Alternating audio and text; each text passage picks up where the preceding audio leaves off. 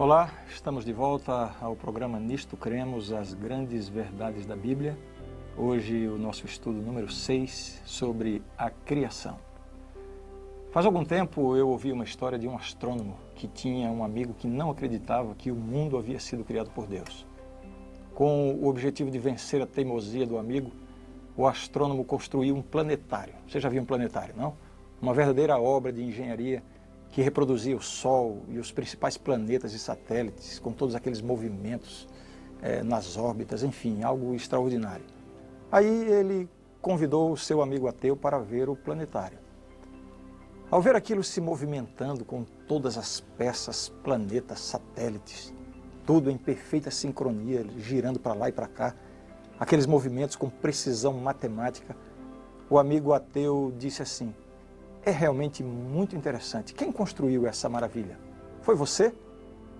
A resposta do astrônomo foi bastante intrigante. Não foi ninguém. Como assim? Muito simples. Este planetário apareceu aqui por uma simples casualidade. O amigo ateu, impressionado com a resposta, disse: eu não acredito. Uma peça tão perfeita não pode ser obra da casualidade. Isso é impossível. Conta logo a verdade. Então o astrônomo respondeu: você é muito engraçado. Para você, essa montagem com umas 2 dúzias de peças não pode ter aparecido por acaso. Mas o universo com bilhões e bilhões de peças, funcionando em perfeita exatidão, pode ter surgido por acaso. Hoje nós vamos estudar a respeito do relato da criação. Vamos ver o que a Bíblia diz sobre a origem de nosso planeta e de todas as coisas que aqui estão. Vamos começar lendo a primeira informação da Bíblia, na verdade, a primeira declaração feita na Bíblia. Gênesis capítulo 1 e o verso 1.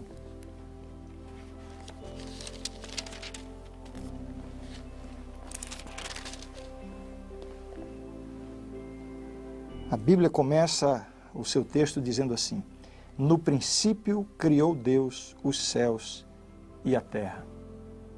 Esta é a primeira informação da Bíblia. Deus criou os céus e a terra. 3 pontos principais serão vistos em nosso estudo de hoje.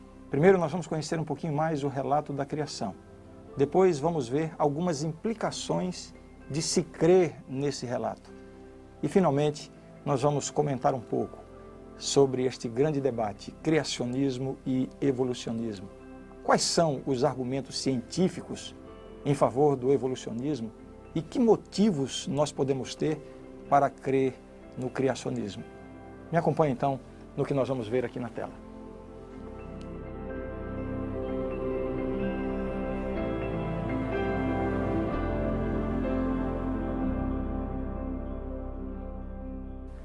Nós vamos começar fazendo uma leitura bem objetiva do relato da criação, de acordo com como está no livro de Gênesis. A criação é relatada como tendo sido feita em 6 dias. Vejamos o que Deus criou, o que Deus fez em cada um dos dias da criação.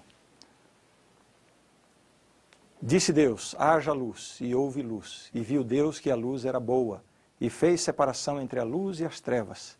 Chamou Deus a luz dia e as trevas noite. Houve tarde e manhã o primeiro dia. E disse Deus: haja firmamento no meio das águas e separação entre águas. E assim se fez. E chamou Deus ao firmamento céus. Houve tarde e manhã o segundo dia. Vejamos agora o que aconteceu em seguida. Disse também Deus: ajuntem-se as águas debaixo dos céus num só lugar, e apareça a porção seca. E assim se fez. E disse: produza a terra relva, ervas, que deem semente, e árvores frutíferas, que deem fruto segundo a sua espécie, cuja semente esteja neles sobre a terra. E assim se fez. E viu Deus que isso era bom. Houve tarde e manhã o terceiro dia.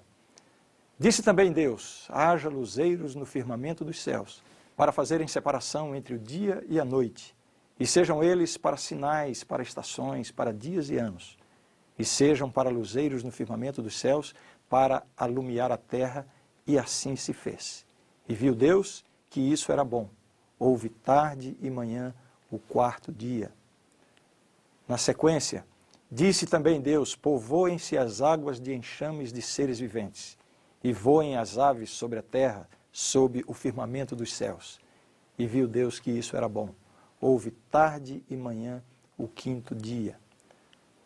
No sexto dia, e disse Deus, produza a terra alma vivente conforme a sua espécie, gado e répteis e feras da terra conforme a sua espécie. E assim foi. E viu Deus que era bom. E disse Deus, façamos o homem à nossa imagem, conforme a nossa semelhança. E criou Deus o homem à sua imagem. A imagem de Deus o criou. Homem e mulher os criou. E viu Deus tudo quanto tinha feito, e eis que era muito bom. E foi tarde e amanhã o dia sexto. Antes de prosseguir, eu preciso chamar a atenção para dois aspectos importantes no relato do sexto dia.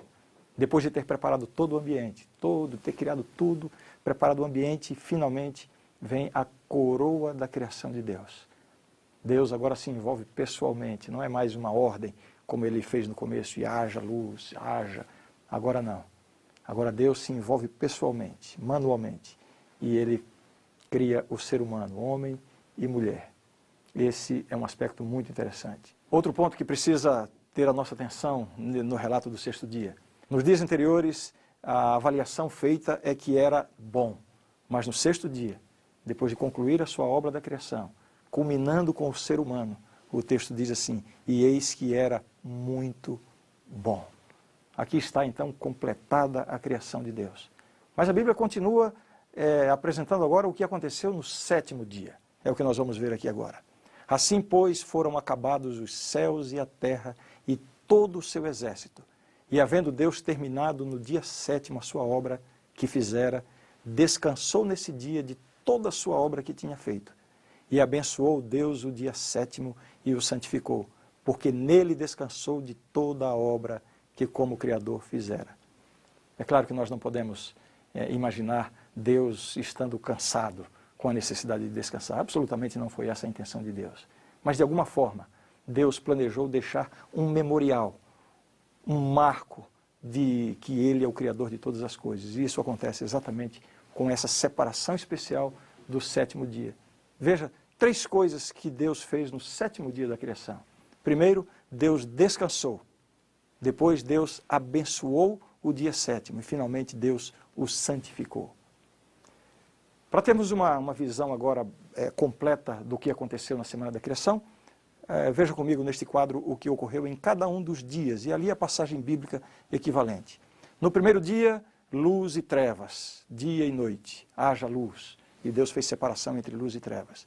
No segundo dia, os céus e mares. No terceiro dia, a separação da terra seca e dos oceanos, e então Deus criou a vegetação. No quarto dia, a Bíblia relata então o aparecimento do sol, da lua e das estrelas. Quinto dia, pássaros e peixes. Sexto dia, animais terrestres e o ser humano, homem e mulher. E no sétimo dia, Deus descansou, abençoou e santificou. Há algumas coisas interessantes aqui. Você percebe que nos 3 primeiros dias, Deus prepara o ambiente, fazendo a separação entre 3 pares de coisas. Nos 3 últimos dias, quarto, quinto e sexto dias, Deus ocupa esse ambiente que foi preparado nos 3 primeiros dias. Veja só, no primeiro dia, haja luz, e Deus fez separação entre luz e trevas. No quarto dia, Deus preenche esse espaço, com o sol para iluminar o dia, a lua e as estrelas para marcar a noite. No segundo dia, separação, os céus e os mares, deixando no meio o ar.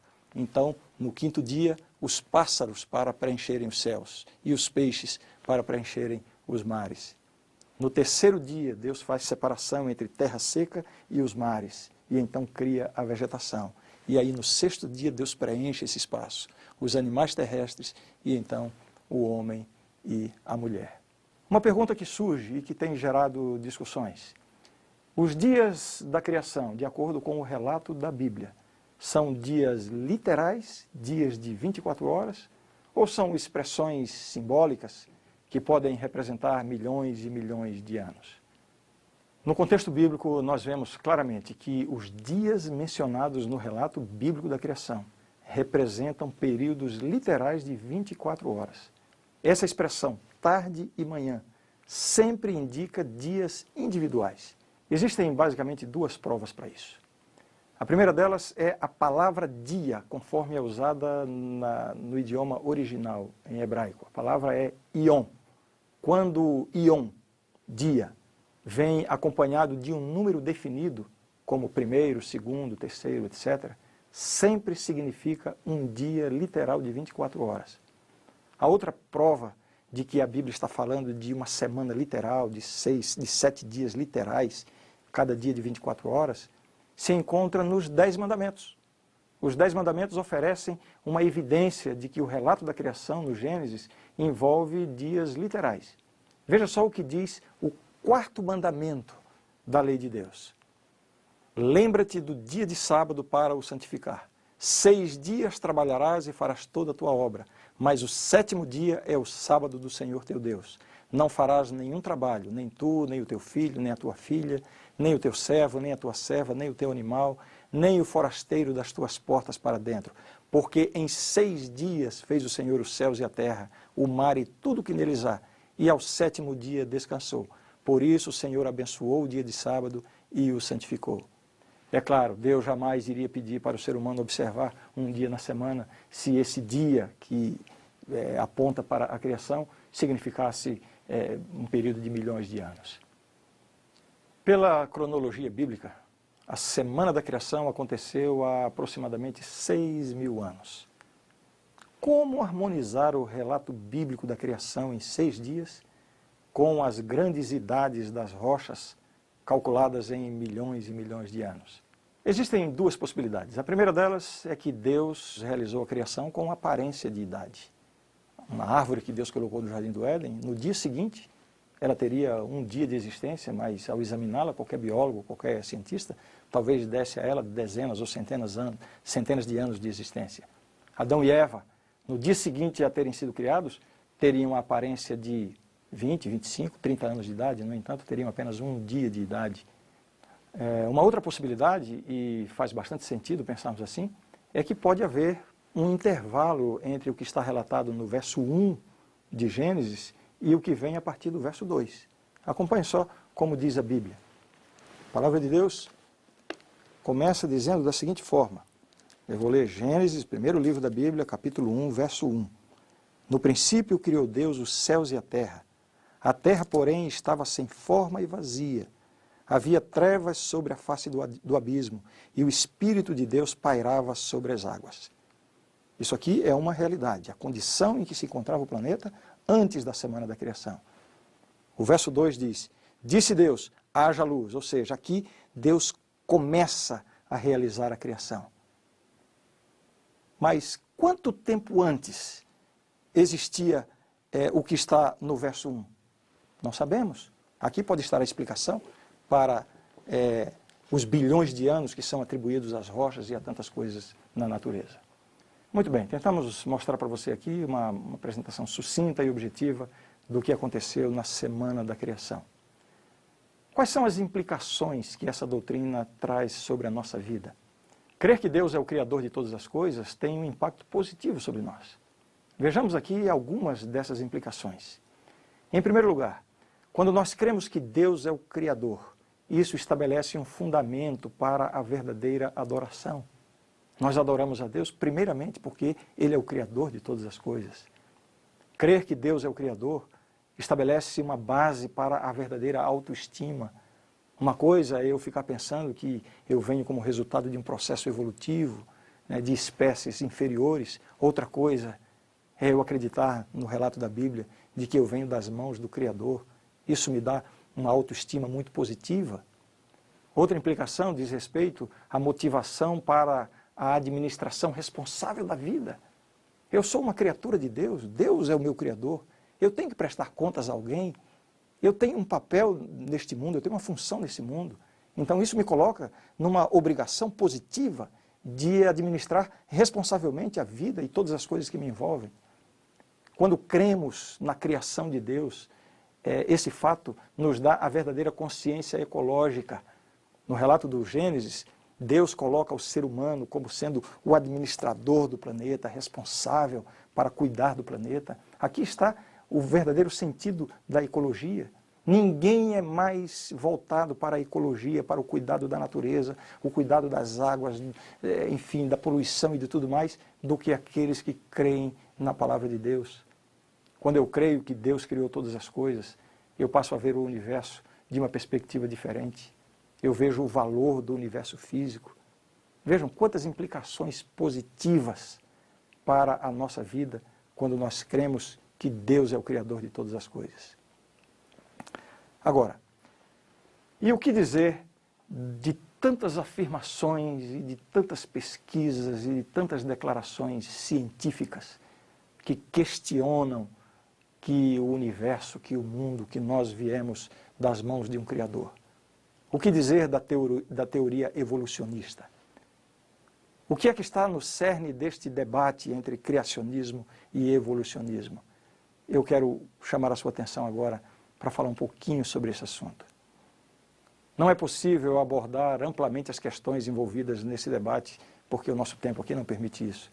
Mas eu vou tentar mostrar para você duas coisas importantes. A primeira delas, tanto o criacionismo quanto o evolucionismo são teorias.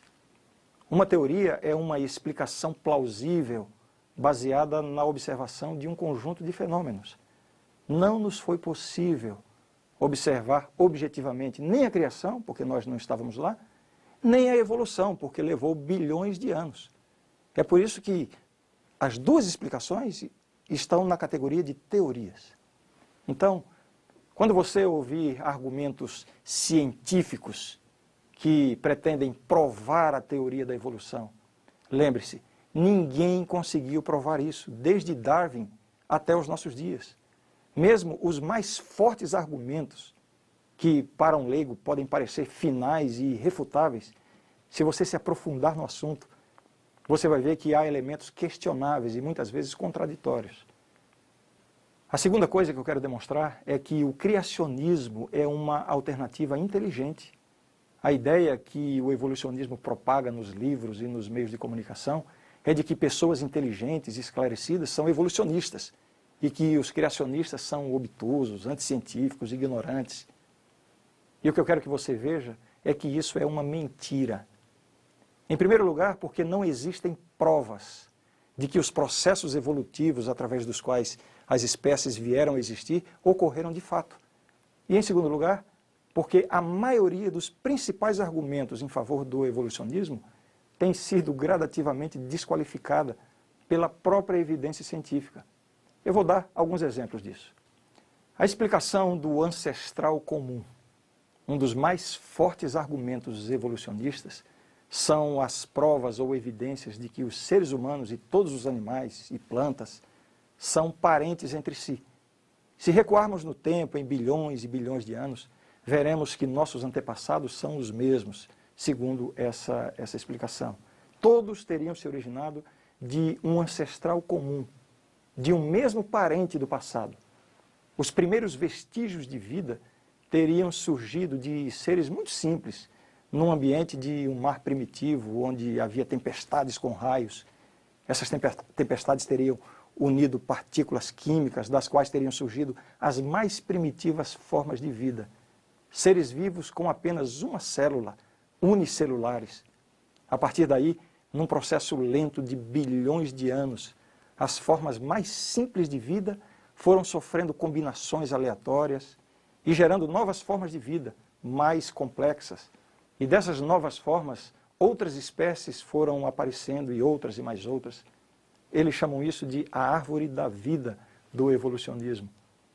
Ou seja, todos os seres vivos compartilham do mesmo genoma inicial, que é o tronco dessa chamada árvore da vida, que foi se modificando lentamente no decorrer de milhões de anos, resultando em espécies diferentes. Muito bem, essa é uma das principais bases na estrutura da argumentação evolucionista. Essa explicação da árvore da vida exige algumas condições para que possa ser considerada plausível. A primeira condição é que a transição entre uma espécie inferior evoluindo para uma espécie superior exige uma quantidade incontável de seres intermediários. Veja só as expressões que Charles Darwin usou em sua famosa Origem das Espécies, na página 335. Ele usa expressões como incontáveis números de formas intermediárias interligando todas as espécies. Incalculável número de elos. Você entendeu? Uma espécie, para evoluir e se transformar em outra, durante milhões de anos, espécies intermediárias até concluir o processo. E aqui está a confirmação da teoria. É necessário que haja milhões, incontáveis elos ligando essas duas fases da evolução. Alguns evolucionistas calculam que haveria mais de 3 bilhões de elos ligando as diversas espécies. Pois é, depois de 150 anos de pesquisa, não encontraram nem 30. E quase todos os casos são duvidosos e alguns até fraudulentos. Outro argumento evolucionista usado por muitos anos são os chamados órgãos vestigiais. O que é isso? São órgãos humanos sem nenhuma utilidade. Então eles dizem que são vestígios da evolução, ou seja, nossos ancestrais tinham esses órgãos, mas através da evolução eles perderam a sua função. Os cientistas evolucionistas chegaram a contar mais de 150 órgãos vestigiais nos humanos. Na lista estão amígdalas, tireoide, glândula pituitária, os mamilos do homem, o apêndice e muitos outros. Pois bem, depois de 100 anos de estudos, compreenderam que os órgãos vestigiais tinham funções específicas no corpo humano e muitos deles, se fossem extirpados, trariam problemas gravíssimos para a saúde. Agora veja essa.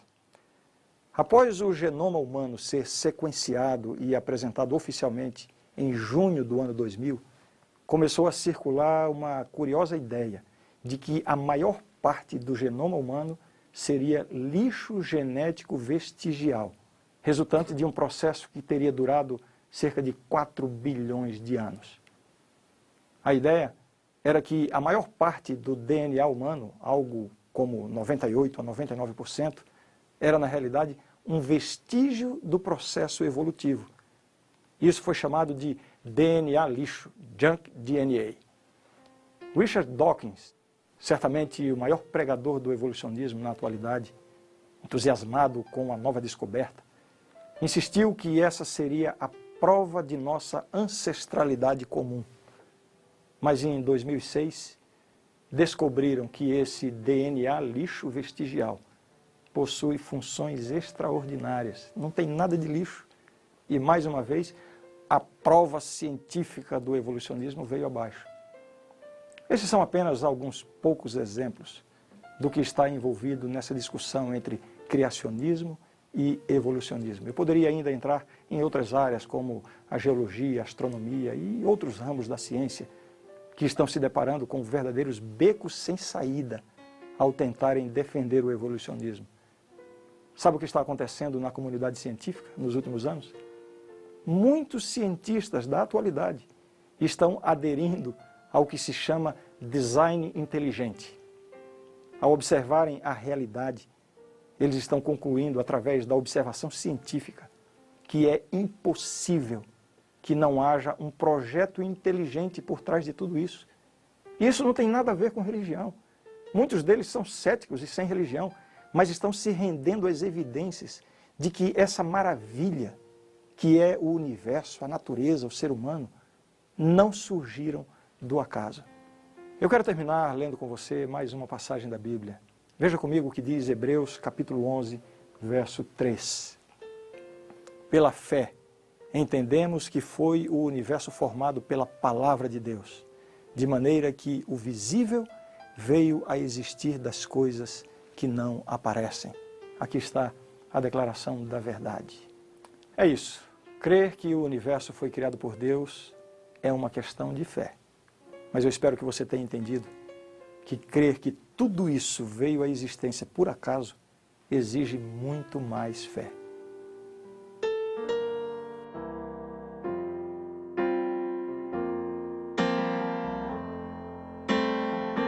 Senhor,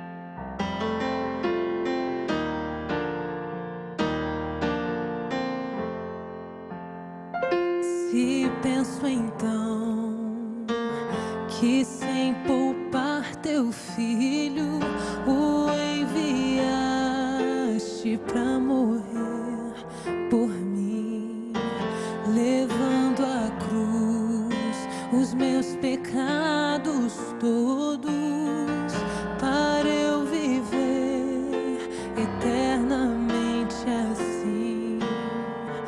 Então minha alma canta-te, Senhor, quão grande és tu, quão grande és tu.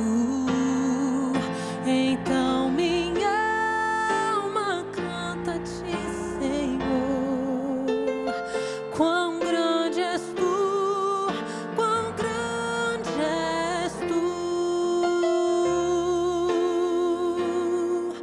quão grande és tu, quão grande és tu.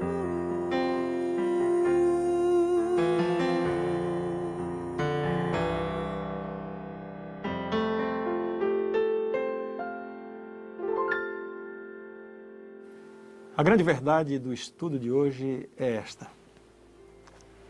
Deus é o Criador de todas as coisas e revelou nas Escrituras o relato autêntico de sua atividade criadora. Em 6 dias fez o Senhor os céus e a terra, e tudo que tem vida sobre a terra, e descansou no 7º dia dessa primeira semana. Assim, ele estabeleceu o sábado como perpétuo monumento comemorativo de sua esmerada obra criadora.